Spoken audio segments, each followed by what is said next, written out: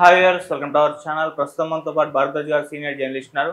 వారితో ఒకసారి మాట్లాడదాం. సార్ నమస్కారం. సార్ నమస్తే అండి.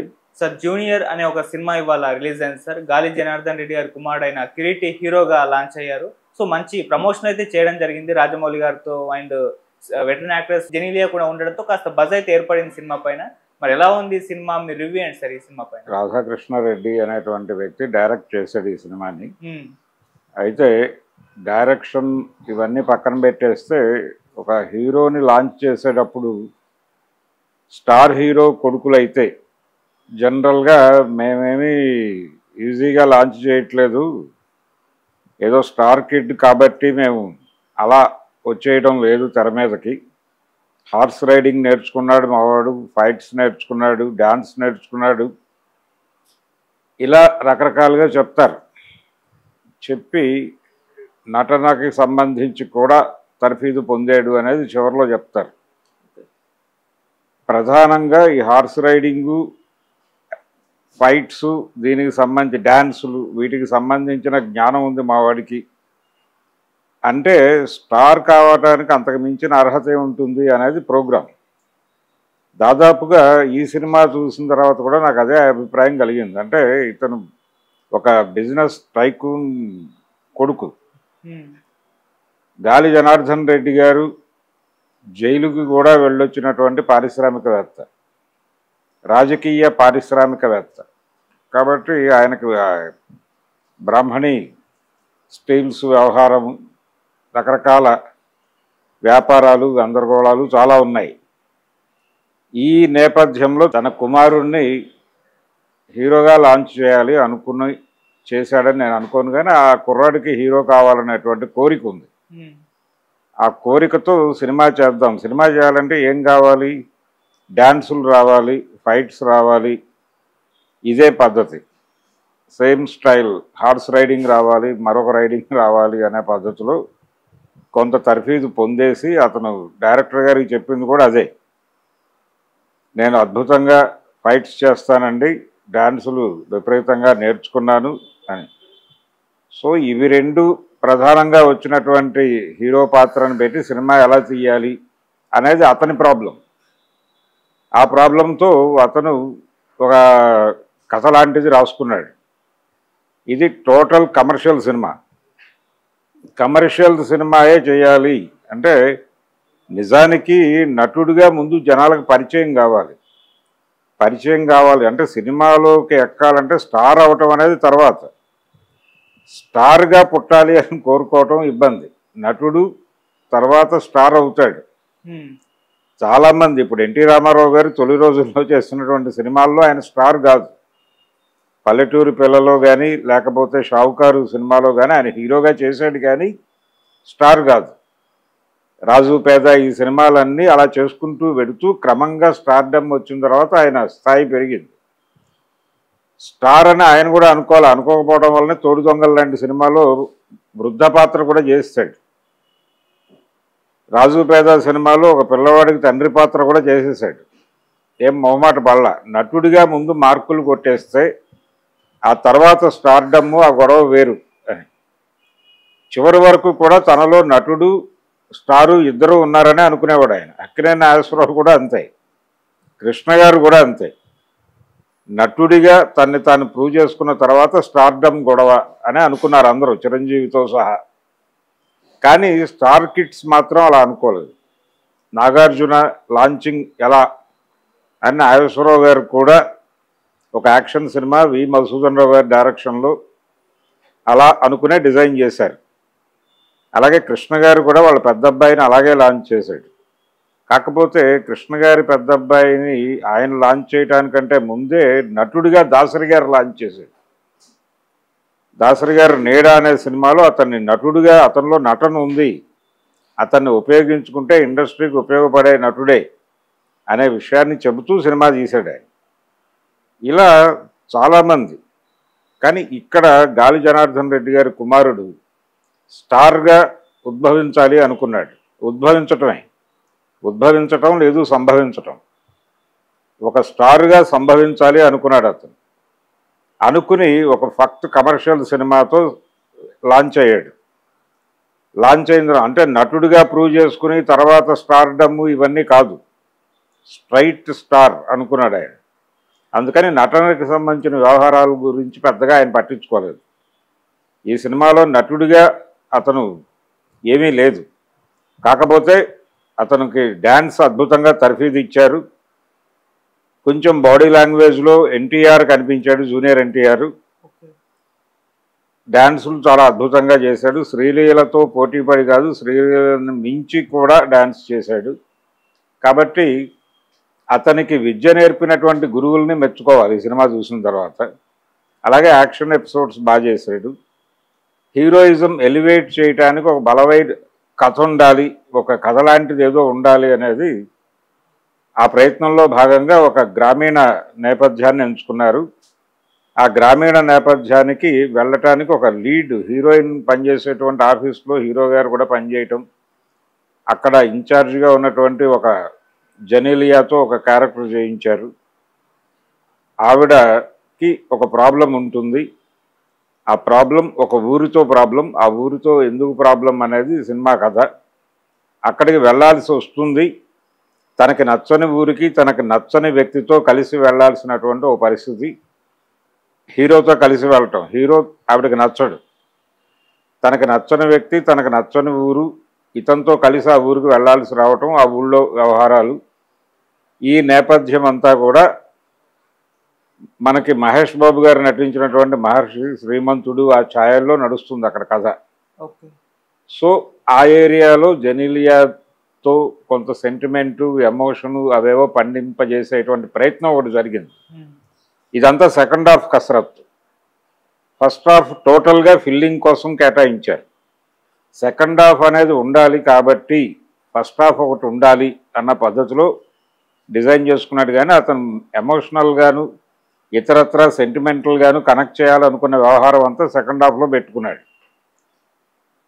సెకండ్ హాఫ్ బాగుండి ప్రేక్షకుడు అద్భుతం అనుకుని బయటకు వెళ్తే చాలు అనేది ఒక గ్రామర్ రాసేసుకున్నారు సినిమా వాళ్ళు. కాబట్టి ఫస్ట్ హాఫ్ను గాలికి వదిలేసే పరిస్థితి చాలామంది చేస్తున్నారు. కమర్షియల్ సినిమా తీసే ప్రతి డైరెక్టరు చేస్తున్న మిస్టేక్ అదే. అక్కడ లాక్ చేసేటువంటి అంటే ఫస్ట్ హాఫ్లో ఎలా లాక్ చేస్తున్నావు ఆడియన్ని, లాక్ చేసి ఇంటర్వెల్లో బయటకు పంపించి లోపలికి వచ్చాక లాక్స్ ఎలా ఓపెన్ చేస్తున్నావు అనేది ఫార్ములా. అసలు పూర్తిగా ఫస్ట్ హాఫ్ గాలికి వదిలే పని కాదు, కానీ ఇక్కడ తప్పనిసరి పరిస్థితి. అంతకు మించిన కథ నడవదు. అంటే ఇతనితో పాటలు ఉండాలి, డ్యాన్సులు ఉండాలి, అతనికి వచ్చింది అది, యాక్షన్ ఎపిసోడ్స్ ఉండాలి, ఫైట్స్ ఉండాలి. ఈ వ్యవహారం అంతా పెట్టేసి ఫిల్ చేసేసి అంటే హీరోకి వచ్చిన విద్యలతో ఫస్ట్ హాఫ్ ఫిల్ చేసి సెకండ్ హాఫ్లో ఏదో కథ నడుపుతున్న అనుభూతి కలిగిస్తూ, కథలో భాగంగా ఇతను ఏదో ఫైట్స్ చేస్తున్నాడు అనే అనుభూతి కలిగిస్తూ నడిపాడు. పోతే ఈ దర్శకుడి ప్రయత్నానికి రకరకాలుగా సహకరించాడు ఆయన. దేవిశ్రీ ప్రసాద్ తన బీజిఎంతోనూ పాటలతోనూ, ఆ పాట చాలా పెద్ద హిట్ అయింది ఆల్రెడీ, వైరల్ వయ్యారి అనే పాట. ఈ వైరల్ వయ్యారి అనే పాట మీద రకరకాల మీమ్స్ తయారు చేసి ఈ సినిమాని ప్రమోట్ చేయడానికి రకరకాల కష్టాలు పడుతున్నారు.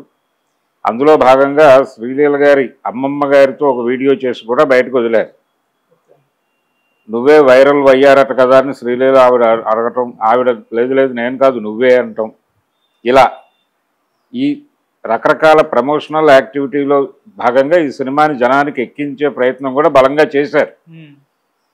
ఇన్ని ప్రయత్నాలు చేసినప్పటికీ థియేటర్కి జనాలు ఎలా వస్తారు, ఏం మాట్లాడుకుంటారంటే ఇప్పుడు పరిస్థితి ఎలా తయారైందంటే థియేటర్కల్ ఎక్స్పీరియన్స్ ఇవ్వాలా లేకపోతే కథ చెప్పాలా అనే ఒక జంక్షన్లోకి డైరెక్టర్లు వెళ్ళిపోయారు. ఈ థియేటర్కల్ ఎక్స్పీరియన్స్ ఇవ్వాలి అనుకున్నప్పుడు ఇలాంటి స్టార్లు ఉంటే ఈజీ అయిపోతుందని డైరెక్టర్లు అనుకుంటున్నారు. అక్కడ కొంచెం కెమెరా ఇతర టెక్నికల్ వ్యవహారాలు బలంగా పెట్టేసుకుంటే మిగిలిన ఆటోమేటిక్గా అది నడిచిపోతుందని. కానీ ఒక పాజిటివ్ డైలాగ్ థియేటర్లోంచి బయటకు రాకుండా జనాలు థియేటర్కి కదలటం లేదు. స్టార్ ఉన్నాడు లేకపోతే ఇంకేవో ఉన్నాయి అనుకుని థియేటర్లకు రావడం లేదు జనాలు. ఈ కండిషన్ని గుర్తించాలి. ఒకటేమో ఒక మంచి సినిమా తీయాలి అని అనుకుని ఉండాలి ముందు, అనుకుని ఈ స్టార్ వాల్యూ సరుకంతా వేయకుండా ఒక నటుడిగా ఒక మంచి కథ తీసుకుని అతన్ని అలా ఎమర్జీ చేసుంటే బాగుండేది. బెల్లంకొండ సురేష్ గారి రెండో కుమారుడు అలాగే లాంచ్ అయ్యాడు. అది పద్ధతి. గణేష్ అది పద్ధతి. అలాగే ఆనంద్ దేవరకొండ తను కూడా ఒక నటుడిగా తను రిజిస్టర్ కావాలి అనే ప్రయాణమే అతనిది. అతను చేస్తూ వస్తున్న పాత్రలన్నీ అలాంటివే. అది పద్ధతి.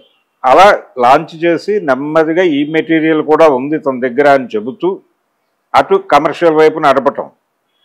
ఈ మధ్య కాలంలో హీరోగా కొంచెం పాపులారిటీ సంపాదించుకున్నటువంటి కలర్ ఫోటో హీరో ఉన్నాడు, సుహాస్.